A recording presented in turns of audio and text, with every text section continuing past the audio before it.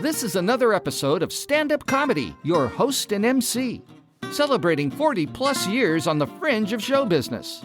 Stories, interviews, and comedy sets from the famous and not so famous.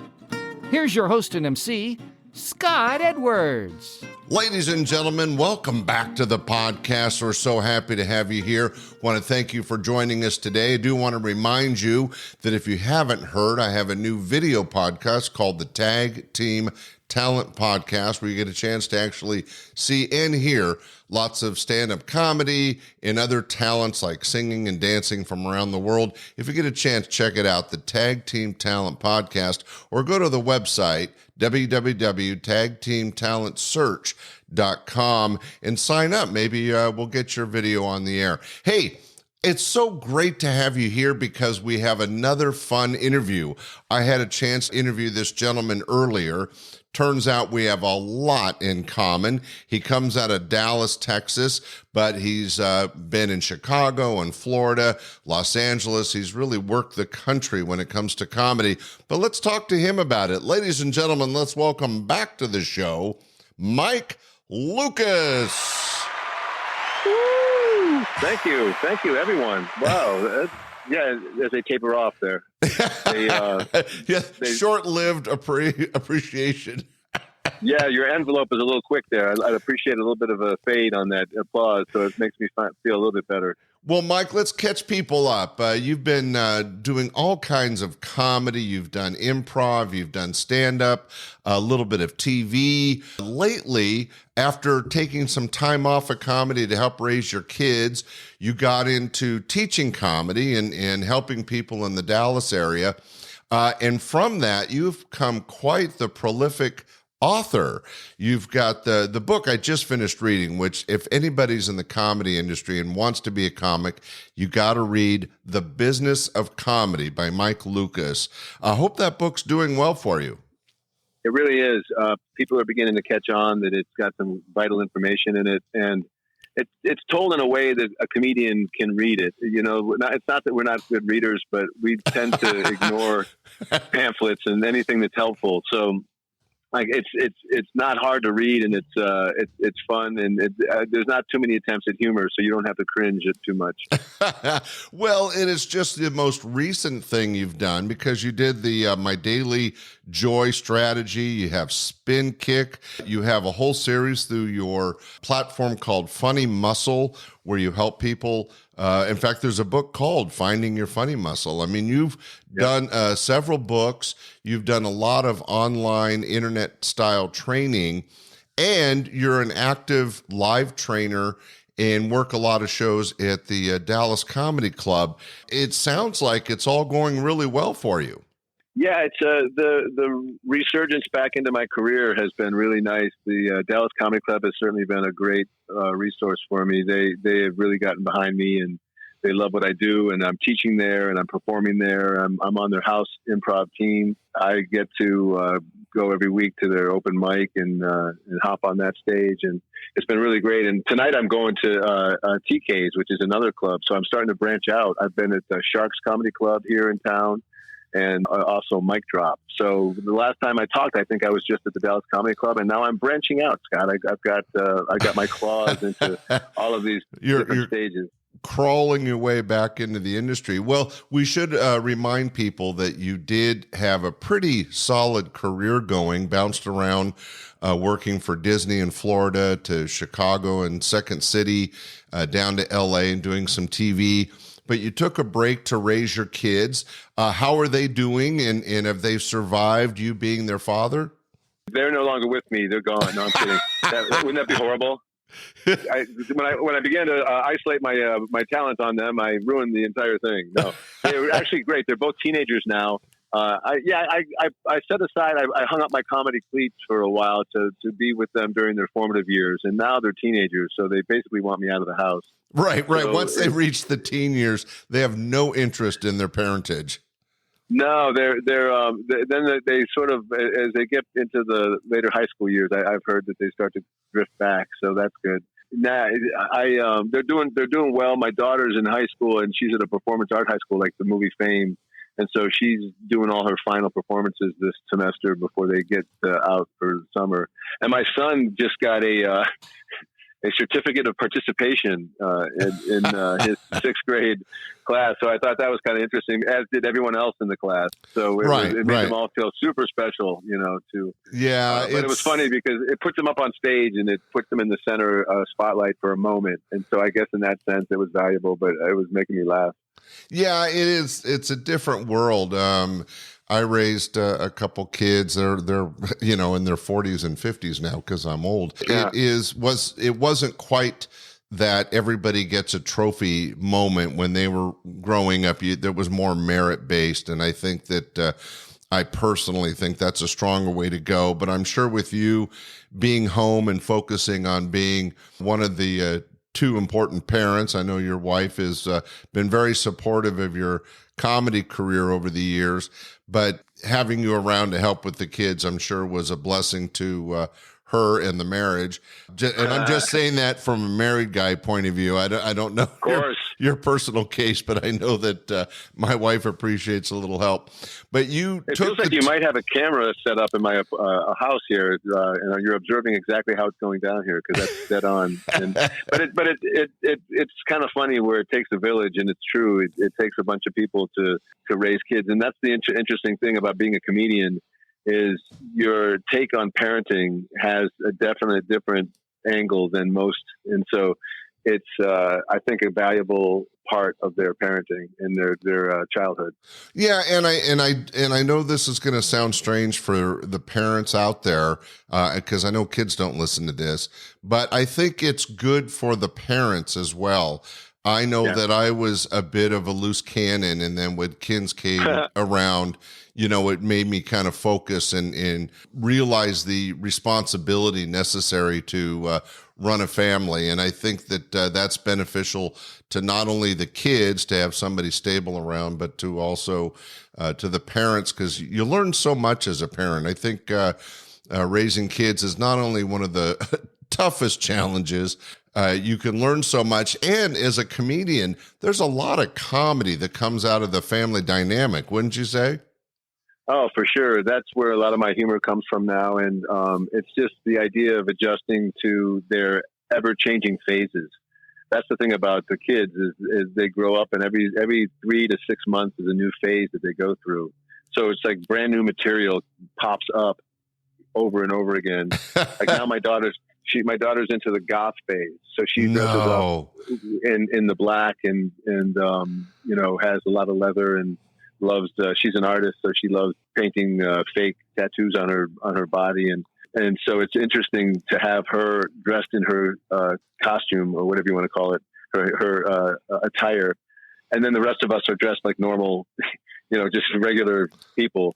So here's like this goth, popping into our world while we were at Tom Thumb grocery store, and so it's like I'm buying, fiber and ground beef, and my goth child is with me pushing the cart. It's just kids help make the world just a little extra crazy, but I think that's the fun in it. So we should move on and talk about comedy, but let's hear it for all the kids. Listen to them. They're so happy to have us around, right? Maybe not really. Well, they're happy that you opened up the window for just a second into that hot room that you got them stuffed in. Exactly. Well, Mike, I wanted to go back to what we talked about previously because it was so important for the comedy industry. First, you talked about your 5-tool player, used a baseball reference, and how comics have to be more than funny. They have to be a writer. They have to direct themselves. They have to produce their shows. And the very important part is they have to run the business of being a comic, and how travel blends into that and adds challenges. But also you pointed out the importance of being clean. Now, as a producer, I produced shows for over 30 years, still producing. I just did a fundraiser a couple weeks ago. And I've always pushed comics to be clean because not only is it harder and better to be funny when you're clean, but if you're going to make any career at all and be able to work all the different kinds of gigs from television to corporate to a church show, whatever you're going to do, you're going to have way more opportunity if you're clean. Wouldn't you agree? Yeah, I think it's an important thing, especially in the beginning, to not depend on the low-hanging fruit of dirty material. It's the easiest ways to get laughs, because they're basically you're doing dirty puns is what you're doing, if you break it down to its essence. And I think in the beginning, as you are trying to make it in the business, it doesn't serve you well to be dirty, because people have to follow you. And so while you're new, you're always going up first. You're always going up in the beginning of the show. And so people want, other comics and bookers want to ensure that the audience doesn't get trashed before the main acts are even up on stage. And so that's why I think it's beneficial in the beginning to be clean. And as you get more sophisticated with your work, you can begin to be a little bit more risque, and if that's your personality. But then you do it with, it's a real choice, and it's a real clever, high level approach to that, not the cheap laughs that you get in the beginning. Well, you've worked a lot of festivals, not only a lot of clubs and improv stages, but a few comedy festivals around the world. Did you find that the dirty acts did better or struggled, or does it make a difference if funny is funny? I mean, what's your take? Well, I think by the time you get to a festival, it's so hard to get into a festival that if you are at all dirty, you're there because you are dirty. Like at the Chicago Comedy Festival, when I did that years ago, there was Doug Stanhope was there, and Tom Rhodes was there, and they were edgy comics. Billy Gardell was there. And so they had a whole show that was geared around a rougher edge. So they all got to be what they really were in front of these crowds, and the crowds loved it because they were expecting it. And so in that sense, with the festival, they tend to book you based on who you are and put you in a group that's similar, so that the crowd know what to expect. Yeah, so, that's like if you're going to have Bill Hicks or Bobcat Goldthwait, there's an image, there's a reputation, and the audience is expecting that. But going back to the importance of being clean, unless you have that success or you have that hook that you're known for, you're going to get a lot more work and a lot farther in your career if you can at least adjust and be clean when you need to, is my 2 cents. I agree. And I think that it's a higher road to take. It's a more difficult road to take. And therefore, it should be the road that everybody wants to take, because comics aren't in it for things to be easy. That's not the nature of this work. And so if you're already committing to a lifestyle of that kind of choices, then go the distance, in the beginning, especially, create material that's clean and that forces people to think outside the box a little bit. And it has, because what's going to make it funny is if you're original, if you have a clear comedy lens, if people know where angle you're coming from, and then you're consistent with that, they're going to get to know you, and they're going to get to love your angle, and it's going to be very original and memorable and shareable. And it doesn't have to be dirty for that to be true. Well, yeah, you're a great example of that, Mike. I mean, I believe the term your wife used was enchanted, in that you have the ability through physical humor and good writing to bring inanimate objects to life and make that part of your comedy. And I think that that's your hook. That's one way that you use to bring the audience into your world, which I think enchanted is a great word for, because people want to, the whole idea of comedy entertainment is they want to escape their life, which is bills and work and relationships and all that stuff. And if you bring them into your enchanted world where the bed is talking to you, or the chair, or your hair, or whatever, or in your case, lack of hair, it is right. An escapism that I think is important to entertainment. Now, I know that you've been doing lots of online training with, based on the book, Finding Your Funny Muscle. You have funnymuscle.com, I believe. And I've even seen some short stuff on TikTok and some reels where you're giving advice. You're really giving back to the industry. How's that going for you? It's good. It was part of what I learned about marketing yourself and selling books and selling your services as a coach or a one-on-one advisor, comedy advisor, or whatever you want to call it. you have to develop, you have to nurture your audience. You have to give them, without trying to sell yourself, value. And if you can give them value, then they're going to associate your name with that. And then they're going to trust you with other things like their credit card. And so you know what I mean? Like otherwise you're a stranger to them. And the only time you are around is when you're asking for money. And if you're that guy, then, you know, you have to question why you're in the business. Are you in this to try to make money? Or are you in this to try to create a bigger and better stand-up comedy realm?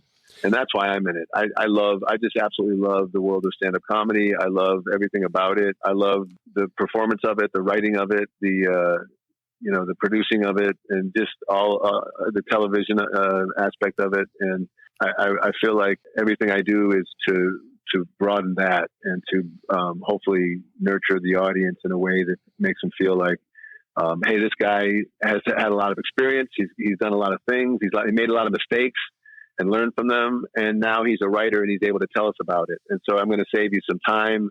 I'm going to save you some effort and energy, and hopefully it'll make your journey a lot more pleasant than at times mine was, because I was learning the hard way. Well, and the school of hard knocks is how a lot of us gain our success or knowledge about the world. But I think it's really great. I mean, partially the whole idea of this podcast was supposed to be purely entertainment and share some of the comedy and some of the people I interacted with over the decades. And yet I've had people get a hold of me, listeners, and say, well, I learned this and this and this by listening to the comics or to the interviews. Or somebody actually said that my podcast is kind of a history of stand-up comedy because it goes back to the late 70s and all the way up to present day. So there is always something extra that you can get out of content that you're sharing with the public. Now, in your case, you bring up a good point, and you know, it kind of goes back to your book, The Business of Comedy, that our job, I'm a producer, you're an entertainer, is to entertain an audience, and we make money doing that. But that money is very inconsistent. It's not like a 9-to-5 job, which we appreciate and we enjoy, but can be a struggle financially, especially when you have a family and children. So I think it's interesting that in your particular case, and everybody finds different roads to financial comfort, but in your case, you're giving back to the industry, giving back to the public with all your books, you know, all your internet stuff with the Funny Muscle, your books like Finding Your Funny Muscle and Spin Kick and The Business of Comedy. It really is a way to not only share your knowledge and content, but let's be real. It is also, we want to bring in some extra income from our knowledge and from what we learn from the road of hard knocks. And by giving back and getting a couple bucks for it helps our financial balance. Is that sound true to you? And what's next for you?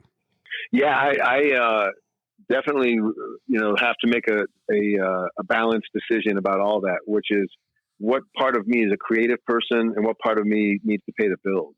And that's a struggle that every artist faces, because if it was up to us, we would get grants from the king and then we would just produce. That's a great way to put it, Mike. Right? I mean, wouldn't we just all do that? And then we would take the idea of money and bills and all that off the table. And then it would just be, I'm here to entertain the people. And it's unfortunately there is no king, and we're not yet. We're getting so close, but we're not quite there yet. And we're out. The comics are out to have to make a living for themselves. And as every comic has learned over the past several decades, you have to have your fingers in a couple of different pies. You have to have passive income coming in different ways, and you have to have different multiple income streams coming in, like merchandise and performances and selling your show through specials and stuff like that. Well, you've succeeded so well. I don't mean to interrupt, Mike, but you've succeeded so much because you do have your internet training. You have your books. You're doing some personal training out of the Dallas Comedy Club. But as you mentioned earlier, you're also performing at a lot of different clubs in the Texas area.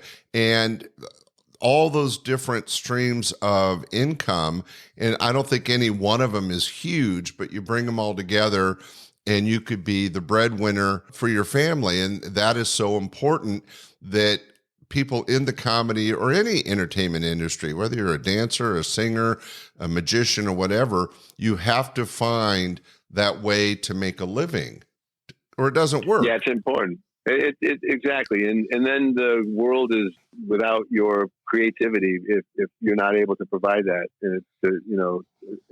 your bills and stuff in the background. So that's what we are all forced to do, is we're all forced to make a decision as to, one for the real and one for the meal is what my wife calls it. And she says, That's great. I like that. Yeah. Sometimes you have to do it to pay the bills. Sometimes you do it because you're trying to do something creative that you're proud to do. And if you can get a bunch of both of those on the plate, that's the key. And that's what I've always tried to do. And by writing books and selling books, it's a way that I can make money without actually having to spend my time hour by hour doing it. Those books sell based on the ads that I run and based on the classes I teach and such. So it's a journey into the future. We're right now on the edge of a brand new technology, this artificial intelligence, and I'm really trying to begin to tap into how we can use that as creatives. Are you going to continue your writing skills and your teaching skills and somehow blend AI with comedy? I haven't heard of that. Yeah, that's what I'm in the middle of doing right now. I've gotten really informed on ChatGPT, the AI industry as a whole, and I realized that we could battle it. We can just like the horse and buggy whip people battled automobiles for a long time, and the mathematicians battled calculators and computers, as dangerous things to the future. And we've seen how that works out. They're tools.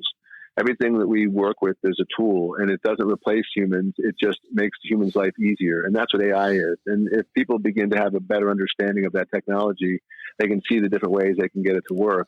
Like with my self-publishing my books, I can use AI to help me get categories for my books, keywords, tags, descriptions, things that I would have to hire people to do, and I couldn't afford to have that kind of a budget. I can now have AI do it for me. Now, you might say, well, you're replacing people with computers. Well, we kind of did that with a lot of things. Like I said, with the buggy whip people, they were out of work, but they had to move with the future, and that's what's happening now. Yeah, what about the people that made typewriters? Well, exactly. You have to move forward. So here's the thing, that the question that I'm thinking is that I've used some ChatGPT. I understand that AI is a tool, and that's a great way, and people should understand that it is a tool to be used and for good, not for evil. Not for evil. But what I am wondering is, can you get the crossover, or explain to me and the audience how you're taking a tool that is very logical and straightforward and blending it with the creativity of comedy? That puzzles me.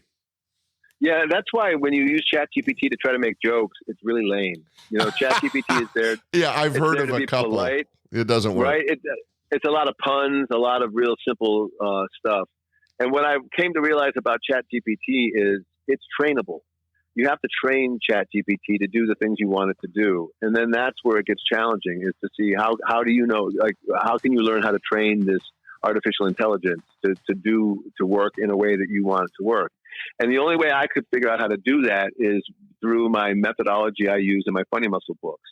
I have the comedy lens, I have the humor blueprint, I have the humor heightening devices, and I have the system that uses those, that works to create laughs like a pro. And so what I did is fed my system into the ChatGPT to its permanent memory, which is tricky. You have to learn how to do that.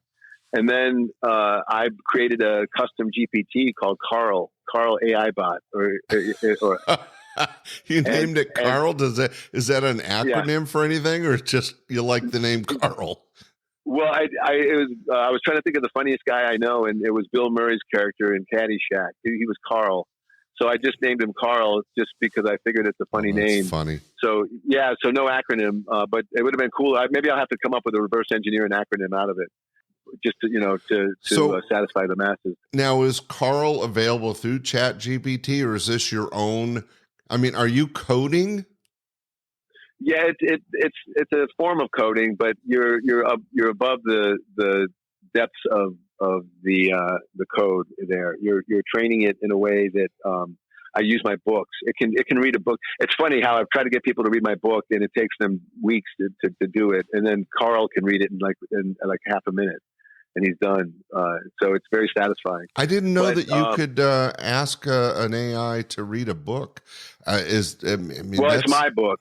It's my book, so it's allowed to look at it because I own it. But if you try to get it to read my book, you couldn't get it. It would say, no, I can't do that. It's against policy. Yeah, copyrights and all that. Yeah, and so I was able to feed my books into ChatGPT and create a custom GPT called Carl that I sell for $20 online. And you can use it's basically like having me on your shoulder. But the unique thing about Carl is before he'll do any work for you, you have to train him with your comedy lens, your angle, your brand, and then your delivery style, how you deliver comedy. So every time I use Carl, I have to tell him, my name is Mike Lukas. I am a clumsy aspie hole, and I'm a fun bunch of guys. And that's how I deliver my comedy. And then it goes, oh, hey, Mike, how you doing? And then it begins to create material based on those lenses. That is fascinating, Mike. Isn't it something? Yeah, that is just crazy. And again, much like a lot of the world, it's really fascinating and interesting, but it is also a little scary in that it's scary because go ahead. You don't want. I was going to say it's scary because everything, like an automobile, is scary because people will get drunk and use it to kill people, right? But the automobile is a great thing in general, and so it's the same with AI. It's scary. It's scary because people that are don't mean well are going to use it in ways to cheat, in ways to steal, and so that shouldn't though eliminate the technology as a tool in itself. And that's what I think Carl is great. He's like a co-writer, and some people will say, well, does he steal material? No, he's trained not to take anything from anyone else. The whole point is he's taking your idea, your premises, and he's using your comedy lens and your delivery style, and he's using my methodology, and he's creating material like you would with a writing partner. And just like you would, I don't know if you feel guilty writing with somebody and then using the bits they come up with for you in your act and claiming them as your own. But it's the same thing because, comics do that all the time, but we do that with other humans. Yeah, no, so interaction with another human being is one of the best ways to write. And because you're bouncing ideas, you're extrapolating thoughts that somebody might see something that you don't see, and you share it and you grow it. And it sounds like Carl is that person to, as you said, co-write. Well, tell our audience, how can they maybe touch base with Carl or use Carl? Well, you just got to go to funnymuscle.com, and there's a Funny Muscle AI section. And in that section is where you can go and get linked up to Carl. And in the month of May, he was $19.99, but after that, he's back to the regular price of $29, which is still a deal. It's like you're getting Mike Lukas on your shoulder. That sounds a little scary. Right? I'm a big guy, so it'd be a little rough to carry me around, but this is an easy way to do it. Well, now I could be wrong, but it sounds like there could be another book coming out.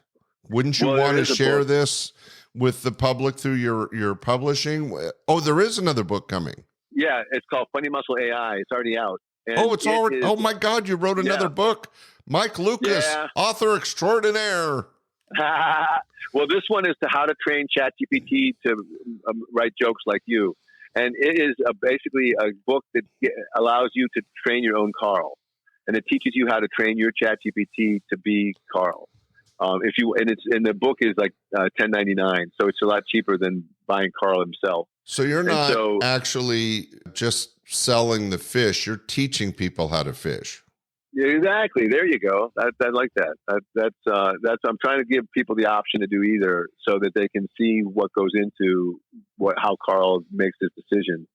And I just think sounds so incredible, Mike. It's so interesting, and I don't mean to blow up your polished, beautiful head, but the idea of taking something that's so personal and creative, like stand-up comedy, where you're really bearing yourself to an audience and trying to engage with them to entertain them, which is the basics of stand-up comedy, and finding these tools like your books and the internet and now AI to not change it, but enhance your own image, personality, and material for on stage.